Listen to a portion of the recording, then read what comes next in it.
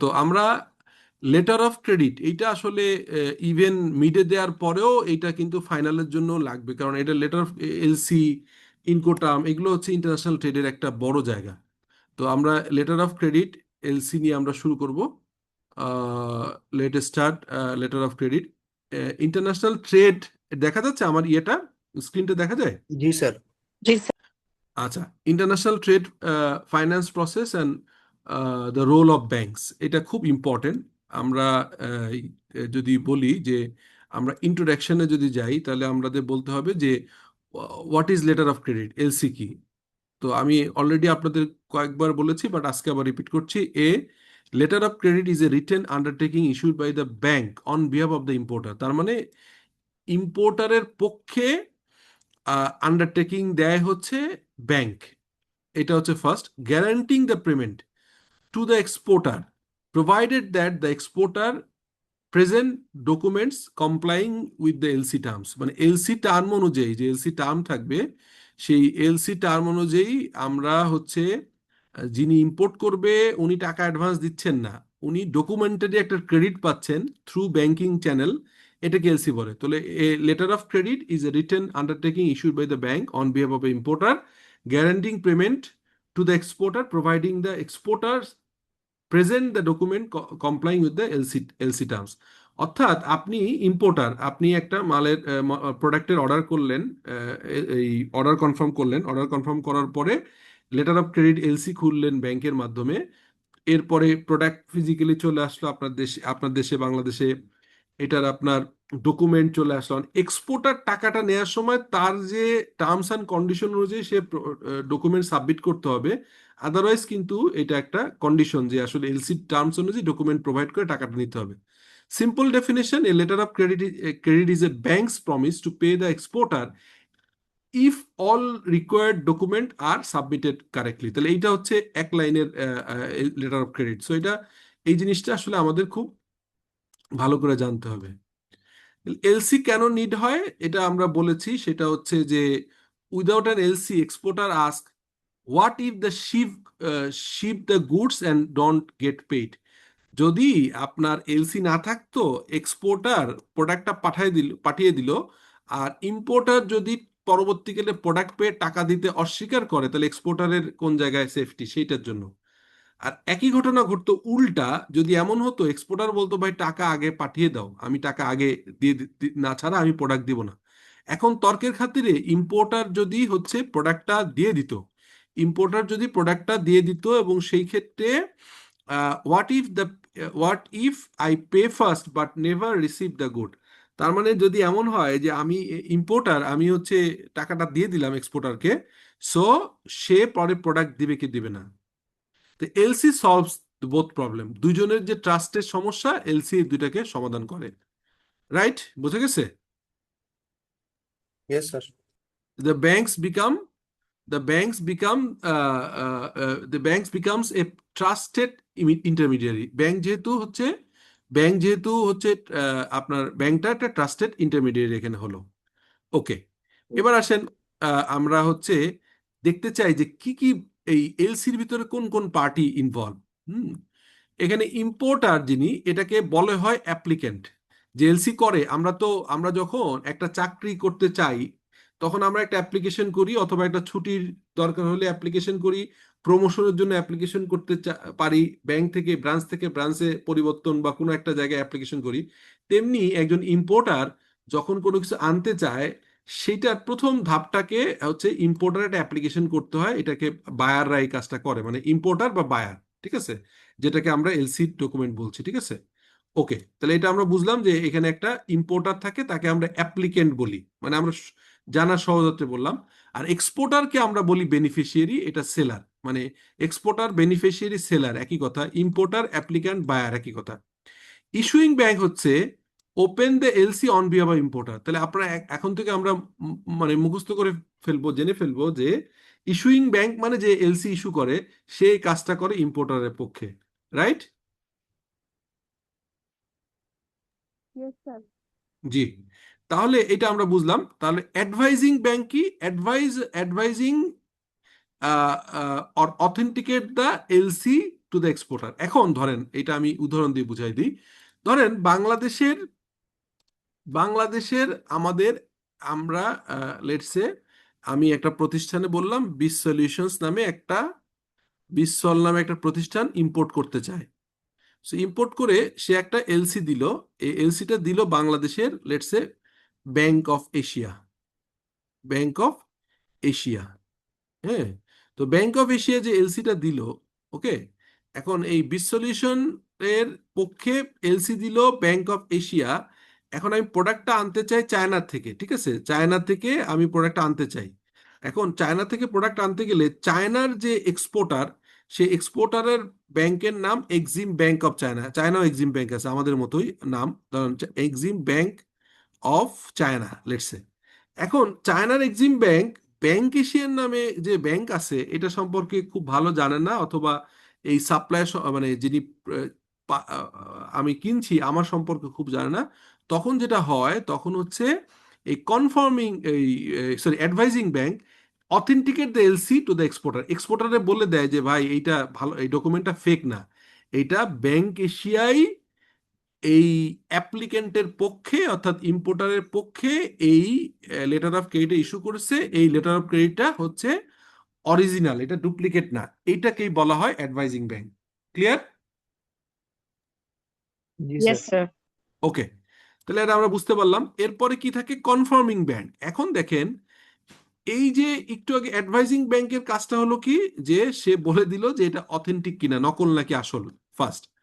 কিন্তু এখানে আরো একটা কাজ আছে, যে অথেন্টিকেট হলো, কিন্তু ব্যাংক এশিয়া নিজে পেমেন্ট ফেল করে। বাংলাদেশের কিছু ব্যাংক বা গ্লোবালি অনেক ব্যাংক, আফ্রিকান কিছু ব্যাংক, ইভেন শ্রীলঙ্কায় মাঝে যখন হচ্ছে আপনার তারা দেউলিয়া হলো, কান্ট্রি ইনসলভেন্ট হলো, পরবর্তীকালে খুব দ্রুত তারা রিকভার করেছে।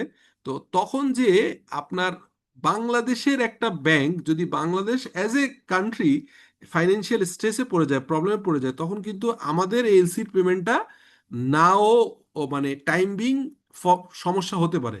তখন যেটা করা হয়, তখন এই কনফার্মিং ব্যাংক বলে যে না, আমি গ্যারান্টি দিচ্ছি যে ব্যাংক এশিয়া টাকা না দিলেও আমি টাকা দিব। এই কনফার্মিং ব্যাংকের রোলটা ম্যান্ডেটরি না, বাট থাকতে পারে। এখানে যেগুলো বললাম, issuing bank, advising bank, negotiating bank, nominated bank, reimbursing bank, collecting বা হচ্ছে এই রেমিটিং ব্যাংক, এগুলো হচ্ছে সবগুলো জানতে হয়। কিন্তু মূলত আমরা এক্সপোর্ট ইম্পোর্টে একদম কমন যেটা লাগে বা যেটাই নর্মাল, সেটা হচ্ছে, আমি এখানে আপনাদের দেখাই দিই যে কোন ব্যাংকগুলো কোন প্রসেসটা এখানে লাগে, মানে একদম ম্যান্ডেটরি, যেটা থাকতে হয় মিনিমাম, ঠিক আছে। আর অন্যগুলা ক্ষেত্র বিশেষ আপনার প্রসেসে ঢুকে যায়। কিন্তু আমরা যদি বলি এই যে এই কটা আমি যে ব্যাংকগুলোর কথা বলছি, তার ভিতরে পার্টিকুলারলি এই প্রসেসগুলো অ্যাভয়েড করার সুযোগ নেই, এটা মিনিমাম, এটা মিনিমাম, এটা লাগে। কি কি ব্যাংক দেখেন, important note for the student, আপনাদের জন্য এটা নোটটা কি, সেটা হচ্ছে, এটা আলাদাভাবে বলারও দরকার নেই, সেটা হচ্ছে not every LC contain all this banks. A simple LC, একটা খুব সাধারণ একটা এলসি নর্মাল, সেরকম এলসির ক্ষেত্রে সাধারণত ইম্পোর্টার ইনভলভ থাকে, এক্সপোর্টার, ইস্যুইং ব্যাংক আর advising bank. Largely international transaction may involve additional bank, এবং কখনো কখনো এই ব্যাংকগুলোর বাইরেও যে ঢুকতে পারে, সেই কতগুলো ব্যাংক ঢুকতে পারে সবগুলো অপশন সহ আমি ডিসকাস করছি, বাট নট নেসেসারিলি। আজকে আমাদের এই ক্লাসে দু একজন আছে যারা হচ্ছে এই ইন্টারন্যাশনাল ট্রেড করে, বা সরি কিছু ইম্পোর্ট টিম্পোর্ট করে, অনেকেই করে। তো তারা যদি করতে গেলে তখন যে ইস্যুইং ব্যাংক, অ্যাডভাইজিং ব্যাংক থাকবে, কনফার্মিং ব্যাংক থাকতেও পারে, নাও থাকতে পারে। যদি এমন হয় যে বাংলাদেশ থেকে আমি ইস্যুইং ব্যাংক হচ্ছে স্ট্যান্ডার্ড চার্টার্ড ব্যাংক বাংলাদেশ, আর চায়নায় যদি হচ্ছে এই মানে অ্যাডভাইজিং ব্যাংক, অথেন্টিকেট ব্যাংক, এগুলো যদি, বা এই ব্যাংকের এই এক্সপোর্টারের পক্ষের যে রিসিভিং ব্যাংক, হ্যাঁ, সেই ব্যাংকও যদি স্ট্যান্ডার্ড চার্টার্ড হয়, তাহলে সেই ক্ষেত্রে এটার এই অথেন্টিকেশন করবার জন্য এই কনফার্মিং এই সরি অ্যাডভাইজিং ব্যাংক তো আছেই, সেক্ষেত্রে আর এই এডিশনালি পেমেন্ট গ্যারান্টির জন্য আরেকটা ব্যাংক লাগবে না। কারণ একটা ব্যাংক আর একটা ব্যাংকে চিনে, দুইটাই ইন্টারন্যাশনালি, অথবা এইচএসবিসি ব্যাংক আর হচ্ছে standard chartered bank, Citi NA bank, standard chartered bank, Citi NA bank, HSBC bank, যদি ব্যাংকগুলো সব হয় তখন আর আলাদাভাবে পেমেন্ট গ্যারান্টি, যেটা অ্যাড কনফার্মেশন বলে, এটা প্রয়োজন হয় না। নেগোশিয়েটিং ব্যাংক কি? Examine documents and negotiate payment. এইটা যদি নিজেদের ভিতরে ডকুমেন্ট চেক করার জন্য, নেগোশিয়েট করার জন্য ঢুকতে পারে, বাট এটাও রেগুলার লাগে না। নমিনেটিং ব্যাংক নামে একটা ব্যাংক ঢুকতে পারে সর্বোচ্চ, সেটা হচ্ছে bank authorize to pay the negotiate. হ্যাঁ, তাহলে নেগোশিয়েট করবার জন্য, পেমেন্ট প্রসেসে নেগোশিয়েট করার জন্য একটা নেগোশিয়েটিং ব্যাংক ঢুকতে পারে, নমিনেটেড ব্যাংক এটা। আর রিইম্বার্সিং ব্যাংক বলা হচ্ছে যে, রিইম্বার্সমেন্ট তো আপনি বুঝেন, রিইম্বার্সমেন্ট হচ্ছে page another bank on behalf of the issuing bank. Issuing bank আপনার হচ্ছে যদি এমন হয় যে পেমেন্ট ফেল করছে, তখন আরেকটা ব্যাংক ইন্টারমিডিয়ারি এটা পেমেন্ট করতে পারে। সো তো এইটা আর হচ্ছে কালেক্টিং হচ্ছে transfer the document fund applicable. আর হচ্ছে এখানে আর কারা কারা থাকে, ক্যারিয়ার বা যেটা প্রোডাক্টটা ক্যারি করে, যদি প্লেন হয় তাহলে এটা হচ্ছে এরোপ্লেন হচ্ছে ক্যারিয়ার, যদি নদীতে আসে, সমুদ্র পথে আসে, তাহলে শিপ হচ্ছে ক্যারিয়ার। আর এখানে আরেকটা জিনিস ইনভলভ থাকে, ইন্স্যুরেন্স কোম্পানি, যেটা হচ্ছে এটার ইয়ে। সো এই এই হচ্ছে যে পার্টিজ আর involve in the banking process. হ্যাঁ, একজন হাত তুলেছেন, আয়েশা সিদ্দিকী, জি। আর অ্যাডভার্টাইজিং ব্যাংকের কথা যে বললেন, যে অ্যাডভাইজিং, মানে advising, sorry, not advertise. Advising ব্যাংকের। হ্যাঁ, জি sir, sorry sir. Advising sir, যে ব্যাংক, তো সেটা কি স্যার মানে আমি যে বাংলাদেশ থেকে ইম্পোর্ট করতেছি, তো আমার মানে বাংলাদেশি অন্য অ্যানাদার ব্যাংক কি বাংলাদেশ অ্যাডভাইস থেকে করবে? ইম্পোর্ট করছেন না বাংলাদেশে ইম্পোর্ট করছেন? ক্লিয়ার, কোশ্চেনটা ক্লিয়ার মানে করেন। বাংলা, সরি স্যার, জি। বাংলাদেশে যে ইম্পোর্ট করতেছি, হ্যাঁ, তো অ্যাডভাইজিং ব্যাংক কি বাংলাদেশের হয়ে, বা চাইনিজ যে ব্যাংক আছে তাকে হ্যাঁ, অ্যাডভাইস করবে, নাকি চাইনিজ অ্যানাদার ব্যাংক চায়নাকে অ্যাডভাইস করবে? এটা হচ্ছে কি, দেখেন আমি ওইটাই বলছিলাম, আপনার মনে হয় একটু খেয়াল করলে বুঝবেন। সেটা হচ্ছে, ধরেন আমার বাংলাদেশের আমি যে ব্যাংকটাকে করছি এলসি, হ্যাঁ, তো সেই আমার আমার আপনার হচ্ছে ব্যাংকও হচ্ছে SCB Bangladesh.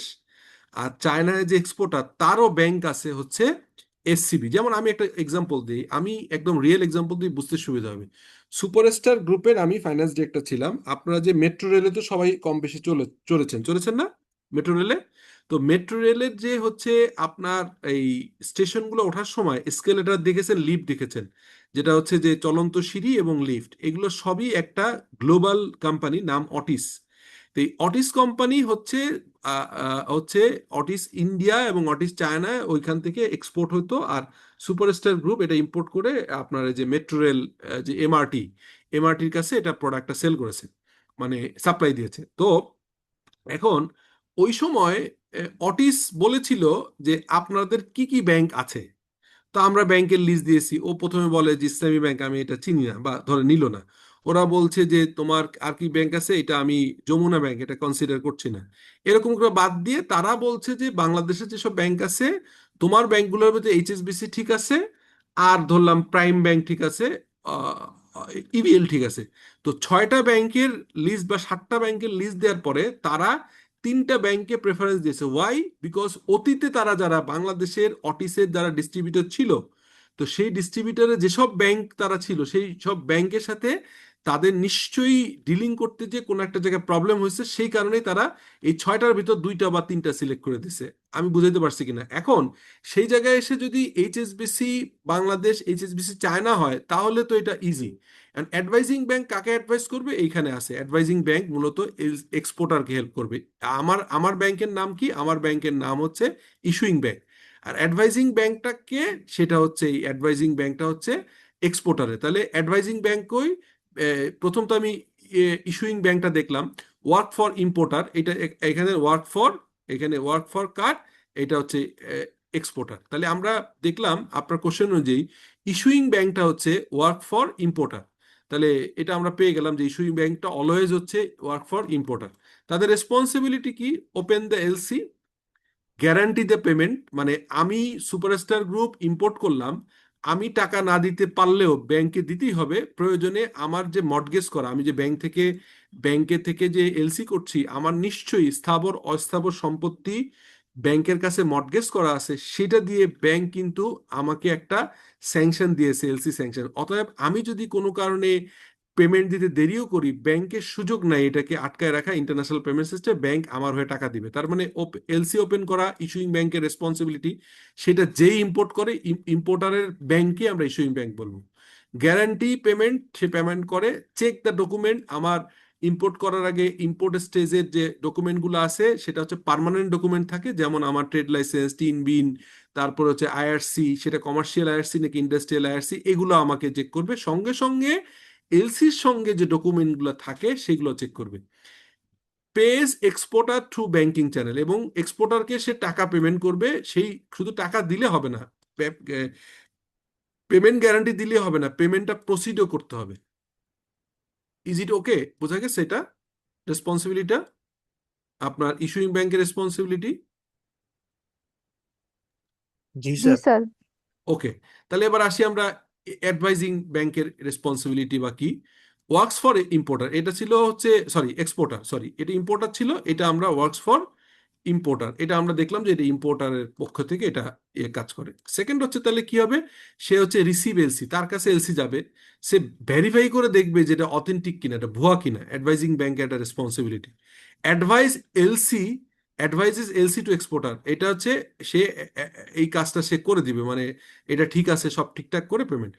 It does not guarantee the payment. এখন অ্যাডভাইজিং ব্যাংক বলে দিল যে এলসি অরিজিনাল, সব ঠিকঠাক আছে, এইটা দ্বারা প্রমাণ হয় না যে ইম্পোর্টারের ব্যাংক, এই কনফার্মিং ব্যাংক, ইস্যুইং ব্যাংক যে আসে, ইস্যুইং ব্যাংক যে এক্সপোর্টার টাকা ঠিকঠাক মতো দিবে, বা এক্সপোর্টার, ইম্পোর্টার, সরি ভুল বলছি, ইম্পোর্টার মানে ইম্পোর্টারের ব্যাংক যে এক্সপোর্টারকে প্রপারলি টাকাটা টাইমলি দিবে, কোনো ঝামেলা করবে না, এটা গ্যারান্টি করে না। কারণ সে তো এক্সপোর্টারের ব্যাংক হিসেবে সে এলসি কপিটা রিসিভ করে, সে চেক করে, ভেরিফাই করে, অথেন্টিসিটি করে এবং তাকে অ্যাডভাইস করে।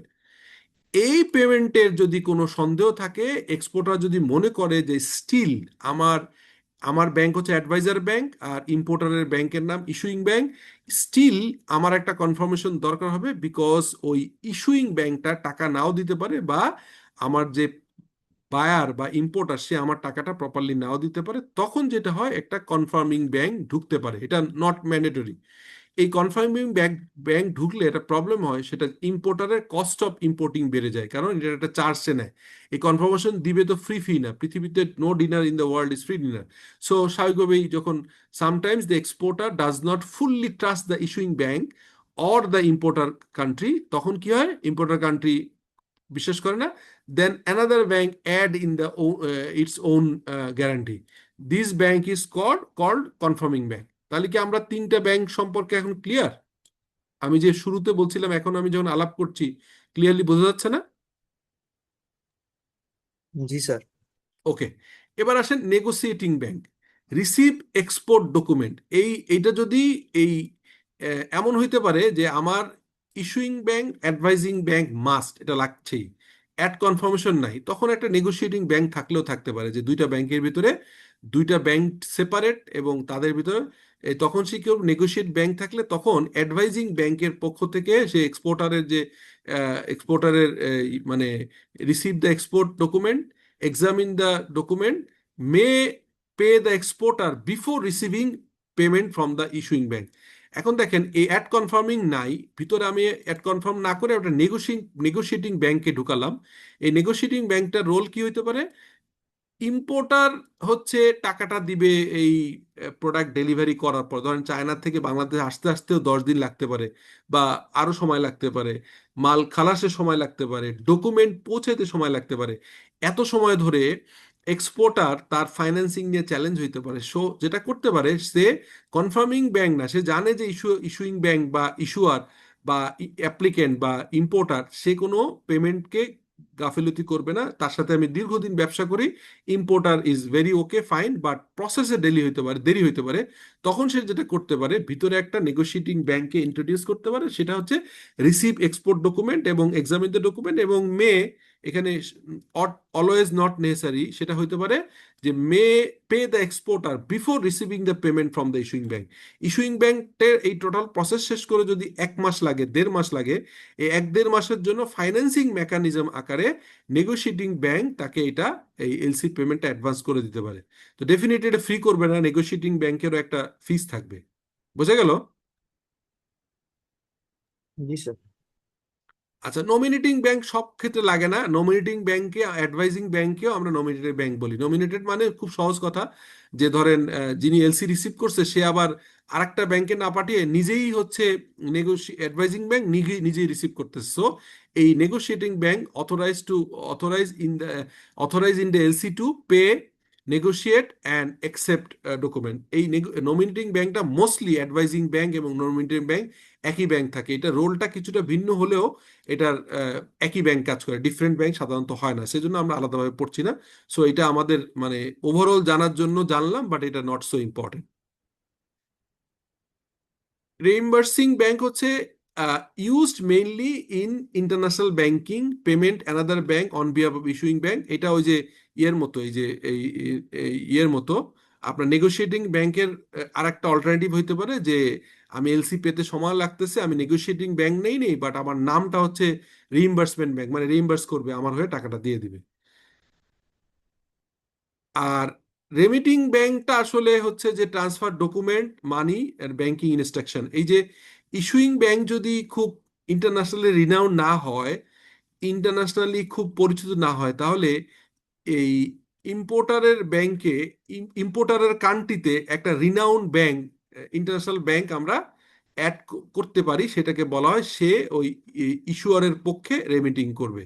সো এটা কি transfer document, money and banking instrument. So এই হচ্ছে, কিন্তু আপনার এতগুলো ব্যাংক নিয়ে 7টা ব্যাংক বললাম, বাট রোল হচ্ছে মূলত কনফার্ম রোল হচ্ছে ইস্যুইং ব্যাংক লাগবে, যেটা এলসি ইস্যু করবে, অ্যাডভাইজিং ব্যাংক লাগবেই।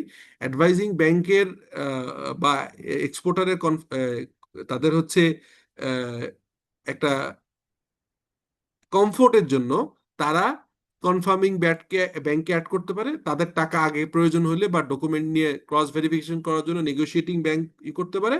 আর নমিনেটিং ব্যাংক কি অ্যাডভাইজিং ব্যাংক, এটা রোলটা একই, এটা আমরা জানলাম। আর হচ্ছে রিইম্বার্স ব্যাংক, এইটা এই নমিনেটিং ব্যাংক অথবা এই অ্যাডভাইজিং ব্যাংক, এগুলো সবগুলো বাদ দিয়ে সে একটা ফান্ডিং এর জন্য রিইম্বার্সিং ব্যাংক ইউজ করতে পারে, যেটা হচ্ছে ইয়া। আর রেমিটিং ব্যাংক তো মানে হচ্ছে যে ইস্যুইং কান্ট্রি, তার মানে রেমিটিং এবং ইস্যুইং এই দুটো হচ্ছে মূলত ইম্পোর্টারের দেশের ব্যাংক।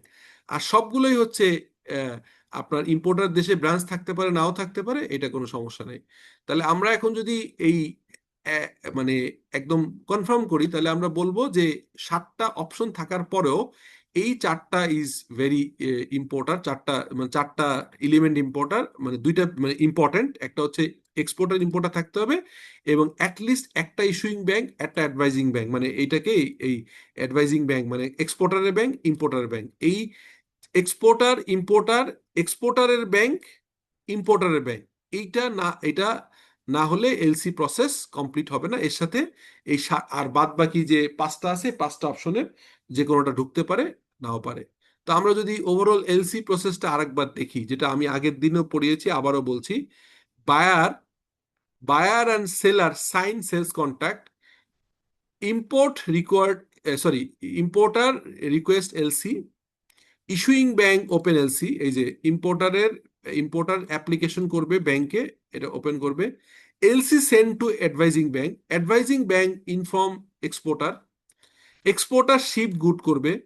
আর শিপিং কোম্পানি ইস্যুস হচ্ছে বিল অফ লেডিং। তাহলে বিল অফ লেডিংটা মানে কারা করে, এখন আপনার বলেন। আমি যদি একটা কোশ্চেন করি সংক্ষেপে আপনাদের, আমি জাস্ট বলার জন্য বলছি, বলেন তো যে আমি যদি বলি যে হোয়াট ইজ বিল অফ লেডিং, এটার মানে কি বলেন? বিল অফ লেডিং কে দিবে?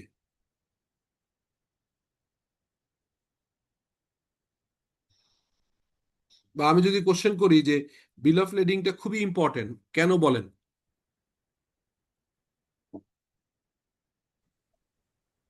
স্যার, বিল অফ লেডিং এর মাধ্যমে আসলে ইম্পোর্টার গ্যারান্টি পায় যে আসলে প্রোডাক্টটা তার কাছে আসতেছে।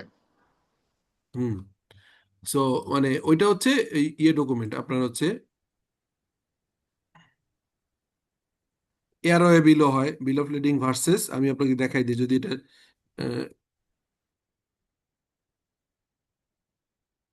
আপনার হচ্ছে, আপনারা আমি বলেছিলাম পড়ার সময়, যদি টেকনোলজি সম্ভব হয়, যদি কোনো কিছু কোশ্চেন থাকে আপনারা এভাবে দেখবেন। এই দেখেন এখানে আহ, আপনার হচ্ছে দেখা যাচ্ছে তো না? আপনার যদি এই সি বা ওশেন হয়, তখন সেটাকে আমরা বলি কি বিল অফ লেডিং, হ্যাঁ, বিএল। আর যদি এটা এয়ারে আসে, তখন এই জিনিসটারই নাম হয়ে যায় আপনার এয়ারওয়ে, এয়ারলাইন বা ক্যারিয়ার, ঠিক আছে? এটাকে তখন হয়ে যায় এয়ারওয়ে বিল। বোঝা গেল? যে যখন আমি সমুদ্রে আনছি তখন এটা আমরা বলছি বিল অফ লেডিং, বিএল। আর যখন এয়ারে আনছি ওই একই জিনিস, জিনিস একই, তার নামটা একটু পরিবর্তন হয়ে যায়, হয় হচ্ছে এয়ারওয়ে বিল। ঠিক আছে? So issued by the shipping. আর এই শিপিং ক্যারিয়ার মানে শিপের যে অথরিটি, লেটস সে আপনি ইন্টারন্যাশনাল ক্যারিং করে এরকম শিপমেন্ট কোম্পানি দিবে, আর এখানে এয়ারলাইন্স দিবে, লেটস সে আপনার ইউএস বাংলা, অথবা হচ্ছে সৌদি এয়ারলাইন্স, অথবা এমিরেটস এয়ারলাইন্স, এগুলা থাকবে। সো বোঝা গেছে? এটা কি বুঝলেন যে বিল অফ লেডিংটা কারা দেয়, কি দেয়, এবং এয়ারওয়ে বিলের সাথে ডিফারেন্সটা বোঝা গেছে? ওকে, তাহলে আমরা এটাও দেখলাম। আচ্ছা, তারপর এক্সপোর্টার। এক্সপোর্টার হচ্ছে এক্সপোর্ট ডকুমেন্টটা তার ব্যাংকে দিবে। Document submitted to negotiating bank, যদি নেগোশিয়েটিং ব্যাংক ভিতরে থাকে তাহলে ঢুকলো। Negotiate bank check the document, এটার ভিতরে ওই যে আমি বললাম না যে দুইটার ভিতরে মিনিমাম তো দুইটা থাকবেই। সেটা কি? ইস্যুইং ব্যাংক আর অ্যাডভাইজিং ব্যাংক। এর ভিতরে যে কোনো ব্যাংক যদি ঢুকে যায়, যেমন নেগোশিয়েটিং ব্যাংক যদি ঢুকে এটা প্রসেসে, তাহলে negotiating bank check the document, document send to issuing bank. হ্যাঁ, আর issuing bank examine the document, payment release করবে। তার মানে আমি এই সিম্পল দুইটার ভিতরে এই ইম্পোর্টার এবং এক্সপোর্টারের ব্যাংক, ইম্পোর্টারের ব্যাংক হচ্ছে ইস্যুইং ব্যাংক, আর এক্সপোর্টারের ব্যাংক হচ্ছে অ্যাডভাইজিং ব্যাংক, এর ভিতরে শুধুমাত্র একটা সিম্পল ব্যাংক ঢুকালাম, সেটাকে আমরা নেগোশিয়েটিং ব্যাংক বলছি। এই নেগোশিয়েটিং ব্যাংক দুইটা ব্যাংকের ভিতরে নেগোশিয়েট করবে, কি ডকুমেন্ট চেক করবে, ডকুমেন্টটা ইস্যুইং ব্যাংকে পাঠাবে। সরাসরি অ্যাডভাইজিং ব্যাংক ইস্যুইং ব্যাংকে না পাঠিয়ে ভিতরের একটা ব্যাংক নেগোশিয়েটিং ব্যাংকে দিল, নেগোশিয়েটিং ব্যাংক চেক করে ইস্যুইং ব্যাংকে দিল। Issuing bank examine the document, payment released, আর ইম্পোর্টার রিসিভ দ্য ডকুমেন্ট, এবং হচ্ছে importer clear the goods from custom. তাহলে এইখানে যে আপনার এই 1 থেকে 15 যে প্রসেস, এইটা পিওরলি এলসির প্রসেস। আর আগে একটা আমি প্রসেস দেখেছিলাম, টোটাল ইম্পোর্ট প্রসেস। সো এই হচ্ছে আপনার ইয়ে। এখন এইটুকু যে বললাম সোফার এলসি রিলেটেড ইস্যুগুলো। So is there any doubt or anything you need to know? বলেন তো।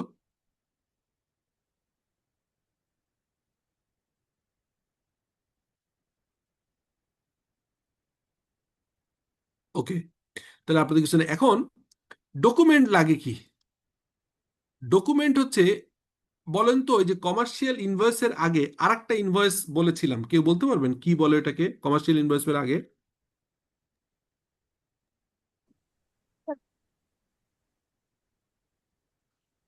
কমার্শিয়াল ইনভয়েস তো যেটা হচ্ছে সরাসরি ইস্যু করা হয় বিল আকারে, যেটা কমার্শিয়াল ইনভয়েস। কিন্তু এর আগে আরেকটা ইনভয়েস থাকে, এটার নাম কি? Sir pre forma sir invoice. Sir pro proforma forma invoice, proforma, proforma, proforma right, right, invoice. Proforma, right.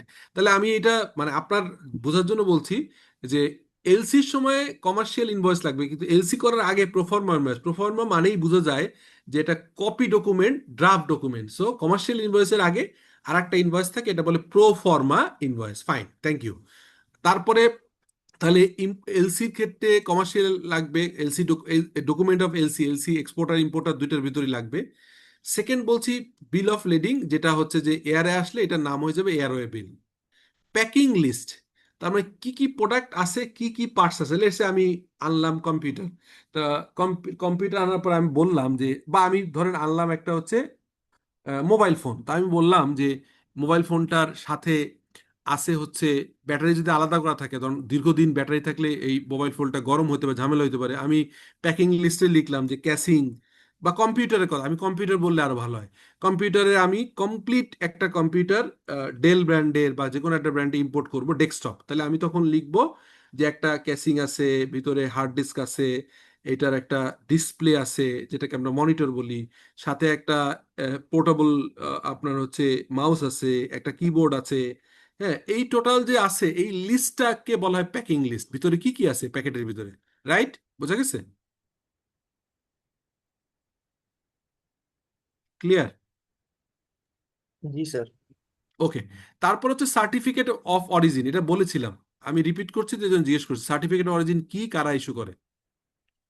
Sir certificate of origin হলো যে আমার প্রোডাক্টটা যেই দেশের থেকে আর কি যাচ্ছে সেই দেশের কতটুকু ভ্যালু অ্যাড করেছে, এটা হলো রুলস অফ অরিজিনের একটা হুম, আন্ডারে পড়ে, এবং এটা ইস্যু করা হলো আইসিসি, না, ইন্টারন্যাশনাল এটা চেম্বার। করা হচ্ছে লোকাল চেম্বার। হ্যাঁ, গুড, ভেরি গুড, আপনি বলতে পারছেন পুরোটাই। শুধু একটা জিনিস হচ্ছে সার্টিফিকেট অফ অরিজিন, অর্থাৎ বাংলাদেশে আমি যদি গার্মেন্টসের একটা রেডিমেড শার্ট তৈরি করে এক্সপোর্ট করি, তাহলে আমাদের যে লোকাল এখানে যে ট্রেড বডি আছে, বিজিএমই হইতে পারে, বিকেএমই হইতে পারে, অথবা আমি যদি একটা এই ইয়ে তৈরি করি, একটা অন্য প্রোডাক্ট তৈরি করে একটা লাইট এক্সপোর্ট করলাম, একটা সুইচ সকেট করলাম, তখন তো আর বিজিএমএ বিকে হবে না, বিকেএমই হবে না, তখন হবে হচ্ছে Dhaka chamber of commerce, Khulna chamber of commerce, Natore chamber of commerce, যেখানে এটা তৈরি হয়েছে সেখানে ফ্যাক্টরি থেকে তৈরি হওয়ার মানে হয়েছে এবং এটা এখানে তৈরি হয়েছে, এইটার একটা সার্টিফিকেট দেয় লোকাল ট্রেড বডি, যেটা হচ্ছে আমরা জানি যে লোকাল যে বডিগুলো আছে চেম্বার অফ কমার্স গুলোর একটা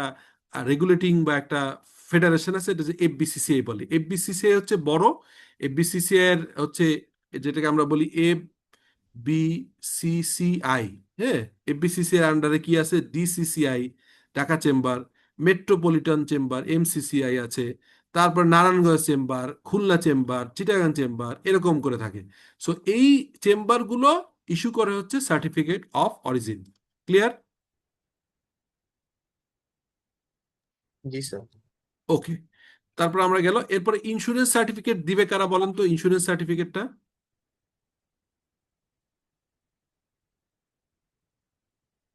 ইন্স্যুরেন্স দিবে ইন্স্যুরেন্স কোম্পানি, মানে যারা মেরিন ইন্স্যুরেন্স সার্টিফিকেট দিবে যে আপনি মেরিনে আনছেন অথবা এয়ারওয়ের জন্য ওই ইন্স্যুরেন্স দিবে। মানে বাংলাদেশে যত জেনারেল ইন্স্যুরেন্স কোম্পানি আছে, not life insurance, life insurance এই কাজগুলো করে না। লাইফ ইন্স্যুরেন্স করে লাইফ ইন্স্যুরেন্স নিয়ে, হসপিটালাইজেশন মানুষের নিয়ে। আর জেনারেল ইন্স্যুরেন্স কোম্পানি আপনাকে এই এলসির কাভার নোটের সাথে একটা এই ইন্স্যুরেন্স সার্টিফিকেট দিবে। আর ইনস্পেকশন আমি বলেছিলাম যে ইনস্পেকশন আমি নিজেও করাইতে পারি, থার্ড পার্টিতেও করাতে পারি। থার্ড পার্টি করার জন্য ইন্টারন্যাশনাল যারা আছে, লাইক লাইক বুরু ভেরিতাস, তারপর হচ্ছে এসজিএস, এরকম আছে। ঠিক আছে, বেনিফিশিয়ারি সার্টিফিকেট কে পাবে এইটারও একটা সার্টিফিকেট হয়, যে এক্সপোর্টার করলো, এক্সপোর্টারের ব্যাংক থেকে একটা সার্টিফিকেট দিল যে এইটাই এক্সপোর্টার। আপনি এক্সপোর্টারকে তার ব্যাংক অ্যাকাউন্ট কনফার্ম হলো, নাহলে টাকা পাঠালেন আরেকজন নিয়ে নিল এটা। সো এই হচ্ছে আমাদের টোটাল এলসি ম্যানেজমেন্টের, এবং এইটা নিয়ে আপনারা অলমোস্ট দুইটা কোশ্চেন অ্যান্সার করতে পারবেন, হচ্ছে যে শর্ট এবং ব্রড মিলিয়ে। সো বিল অফ লিডিং সহ এই জিনিসগুলো। সো এনি কোশ্চেন এই পর্যন্ত এটা নিয়ে?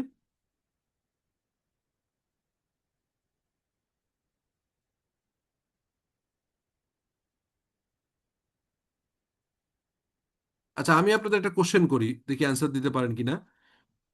আমরা ইয়ে পড়েছিলাম ইনকোটার্মস, এখানে এক্সপোর্টারের সবচেয়ে বেশি রেসপন্সিবিলিটি ছিল কোনটায় বলেন তো?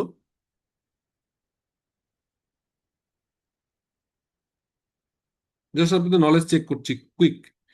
আমরা যে এনকোটার্ম পড়েছিলাম, আমরা ফিজিক্যাল ক্লাসেও পড়েছিলাম, আবার অনলাইনের ক্লাসটা আমি দিয়ে দিচ্ছি। সো বলেন তো যে সবচাইতে বেশি রেসপন্সিবিলিটি এক্সপোর্টারের কোনটাতে?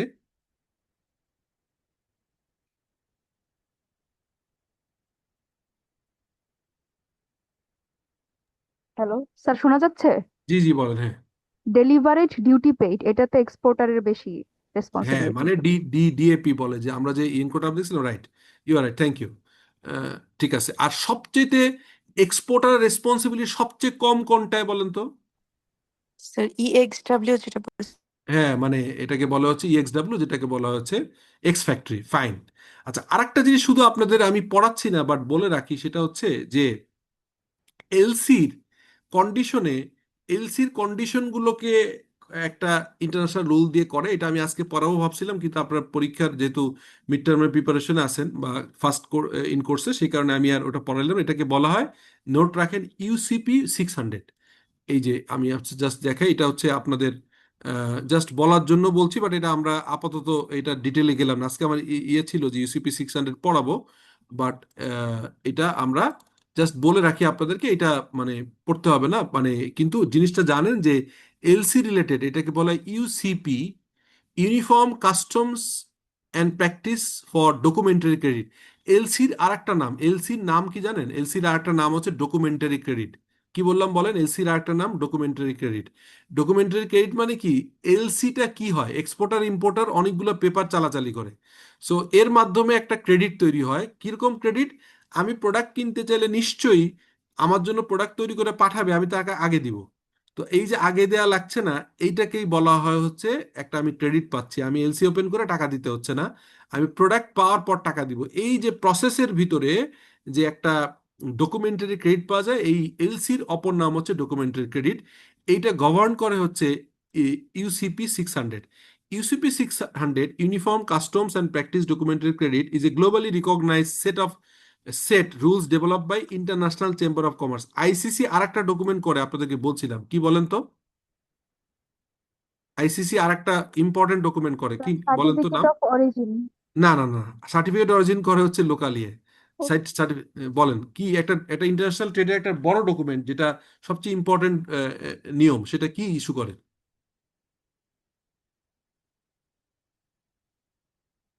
বলুন দেখি বলতে পারেন কিনা। স্যার ইনকো টার্মস গুলো তো স্যার ইয়েস ইয়েস, আইসিসি। হ্যাঁ হ্যাঁ হ্যাঁ, ইনকো টার্মসও করে। তার মানে এখানে আমরা দেখতে পারলাম যে ইনকো টার্মস গুলো আইসিসি করে। আপনাদের ক্লাসে পড়িয়েছিলাম। আর বারবারই আপনি ভুল করছেন, যিনি অ্যান্সার করছেন, আমি নামটা বলতে পারছি না, উনি বলতেছেন যে হচ্ছে যে আইসিসি, আইসিসি ইয়ে করে না। আইসিসি আপনার হচ্ছে এই ইয়ে করে না। আইসিসি কখনোই হচ্ছে কান্ট্রি অফ অরিজিন দেয় না। কান্ট্রি অফ অরিজিন দেয় আইসিসি, হচ্ছে ইন্টারন্যাশনাল, আর লোকাল যে কান্ট্রি অফ সেট করে। অরিজিন স্যার হ্যাঁ লোকাল চেম্বার চেম্বার হ্যাঁ, রাইট সেগুলো থেকে রাইট ওগুলো দেয়। রাইট।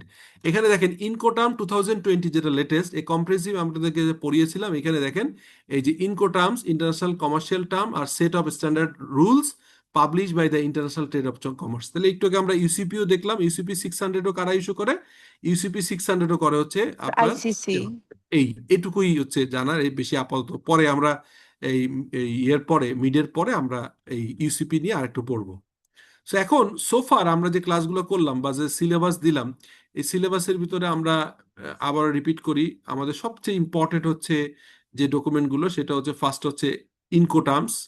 তারপরে আমরা বলেছি হচ্ছে যে টোটাল একটা বিজনেস প্রসেস ইম্পোর্ট করলে আমরা ইম্পোর্ট থেকে মানে ইম্পোর্টের নিড অ্যানালাইসিস থেকে শুরু করে প্রোডাক্ট সেল করা পর্যন্ত, এটা আমরা বলছি total business process, international business process. International business প্রসেসের কথা বলেছি, ইনকো টার্মস বলেছি, এইচএস কোড নিয়ে ডিসকাশন করেছি আমরা, বা আমাদের সিলেবাসে আমি শর্ট করে দিয়েছি। এর বাইরে হচ্ছে এলসি, আজকে যেটা আলাপ করলাম এলসি প্রসেস। আর আলাদাভাবে বলেছি যে ইউসিপি 600 এটা এলসির ক্লজেট ঢুকান থাকে, যেটা হয় এলসিতে আর অনেক কিছু লিখতে হয় না। যদি আমি লিখে দেই যে এলসিটা হবে, এলসি প্রসেসটা ফলো করবে ইউসিপি 600, এটা বলে দিলে ইউসিপি রুলগুলো অটোমেটিকলি এখানে কাভার করে। আর মানে আরেকটা জিনিস বললাম, সেটা হচ্ছে আমি আপনার হচ্ছে যে ইনকোটার্ম তো অলরেডি বলেছি, ইনকোটার্মটা অত্যন্ত গুরুত্বপূর্ণ। আপনারা এইটা একটু দেখবেন যে আপনার কতগুলো কমন ইনকোটার্মের ভিতরেও, ইনকোটার্মের ভিতরেও আমি আপনাদেরকে বলেছিলাম যে সব ইনকোটার্ম কিন্তু ইকুয়াল ইম্পর্টেন্ট না। কিছু কিছু ইনকোটার্ম আলাদাভাবে বলেছিলাম, হ্যাঁ, কিছু কিছু ইনকোটার্ম আলাদা বলেছিলাম। আপনারা একটু একটু রিফ্রেশ করি আপনাদের। যেমন এখানে বলেছিলাম এই যে এক্স ওয়ার্কস, এটা খুবই কমন ইনকোটার্মস।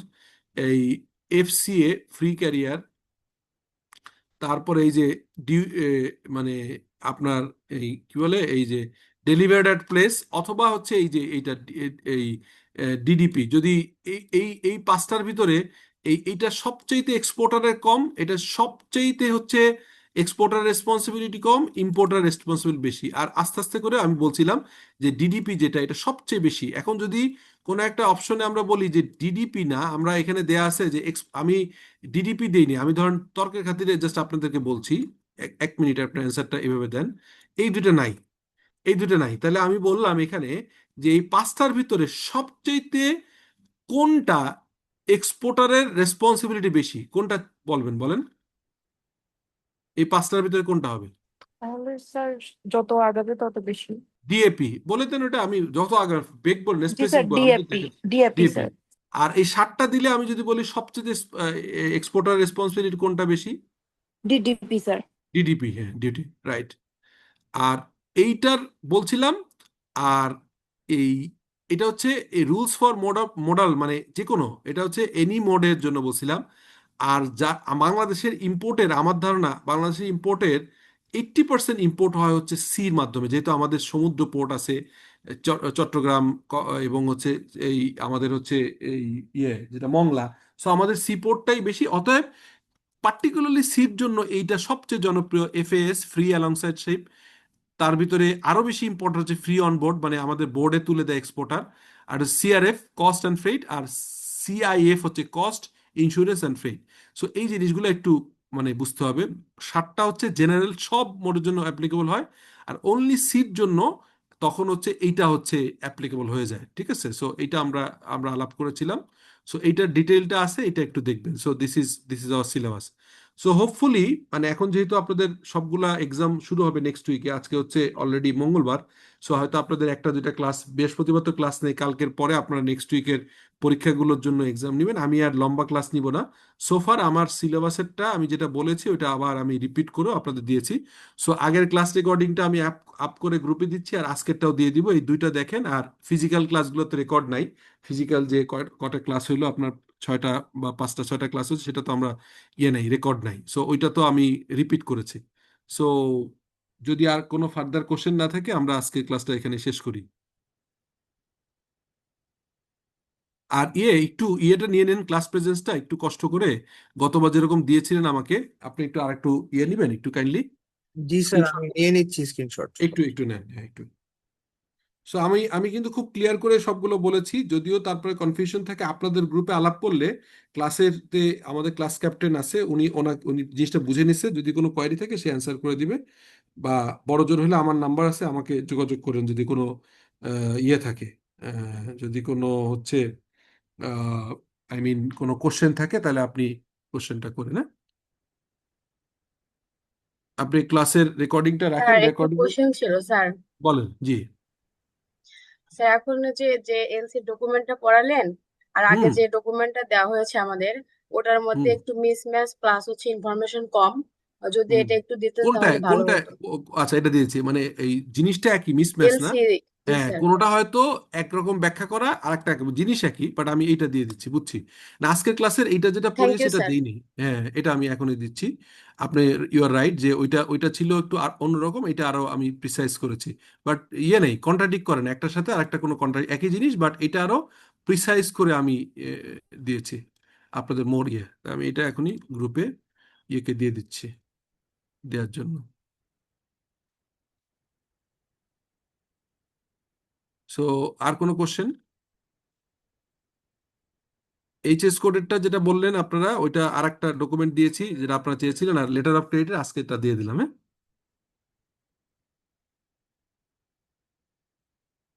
ইয়ে ইয়ে রেকর্ড নেওয়া হলে বলেন, ক্লাসের প্রেজেন্সটা নেওয়া হলে বলেন, আমরা ক্লোজ করবো। আর যদি কোনো কোশ্চেন থাকে by this time.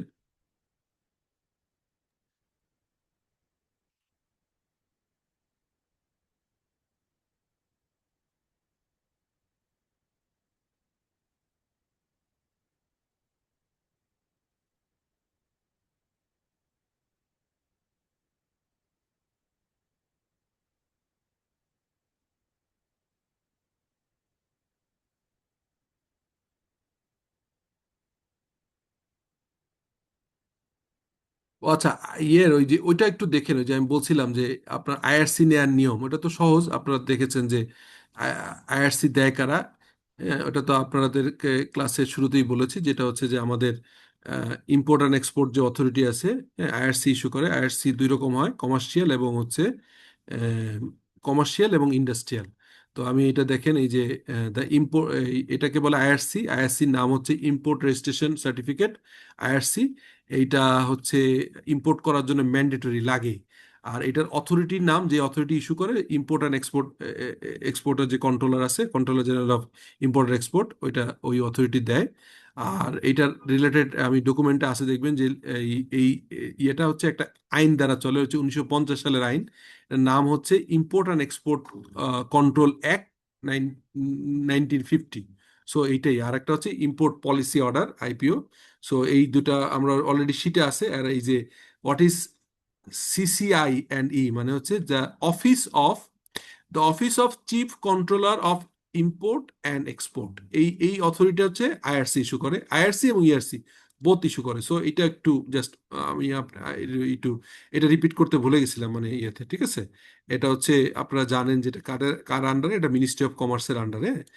Ministry of কমার্সের আন্ডারে এই অথরিটির নাম হচ্ছে the office of chief controller of importer আর এক্সপোর্টার, যেটাকে বলা হয় CCI and chief controller of আইতে ইম্পোর্ট অ্যান্ড ইতে এক্সপোর্ট।